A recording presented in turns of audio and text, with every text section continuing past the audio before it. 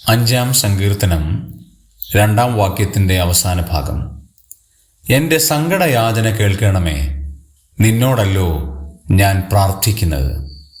ദാവീദിൻ്റെ ഒരു പ്രാർത്ഥനയാണ് 5-ാം സങ്കീർത്തനം. അതിൽ 2 പദങ്ങൾ ഈ സങ്കീർത്തന ഭാഗത്ത് നിന്ന് ചിന്തിക്കേണ്ടതാണ്. അതിൽ ആദ്യത്തെ പദം നിന്നോടല്ലോ ഞാൻ പ്രാർത്ഥിക്കുന്നത്. നമുക്ക് പ്രാർത്ഥിക്കാനുള്ളത് ദൈവത്തോട് മാത്രമാണ്, ജീവനുള്ള ദൈവത്തോട് മാത്രമാണ്. കാരണം ആ ദൈവം എൻ്റെ രാജാവാണ്, എൻ്റെ ദൈവമാണ്, എൻ്റെ സങ്കടയാചന കേൾക്കുന്ന ദൈവമാണ്. പ്രാർത്ഥിക്കുന്നത് ദൈവത്തോട് മാത്രമാകണം, നമ്മുടെ ആവശ്യങ്ങൾ പറയുന്നത് ദൈവത്തോട് മാത്രമാകണം. എന്നാൽ മറ്റു ചിലർ എന്ത് ചെയ്യുന്നു? അതിൻ്റെ 10-ാം വാക്യത്തിൻ്റെ അവസാന ഭാഗത്തേക്ക് വരുമ്പോൾ നിന്നോടല്ലോ അവർ മത്സരിക്കുന്നത്.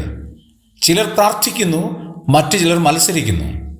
പ്രാർത്ഥിക്കുന്നവർ തങ്ങളുടെ സങ്കടങ്ങൾ ദൈവത്തോട് പറയുകയാണ്, മത്സരിക്കുന്നവർ തങ്ങളുടെ അക്രമ നിമിത്തം ദൈവത്തോട് പ്രതികരിക്കുകയാണ്. നാം ദൈവത്തോട് പ്രാർത്ഥിക്കുകയാണോ, ദൈവത്തോട് മത്സരിക്കുകയാണോ? ദൈവത്തോട് പ്രാർത്ഥിച്ചാൽ നമ്മുടെ പ്രാർത്ഥനയ്ക്ക് സ്വർഗത്തിലെ ദൈവം മറുപടി തരും. ദൈവം നമ്മെ സഹായിക്കട്ടെ.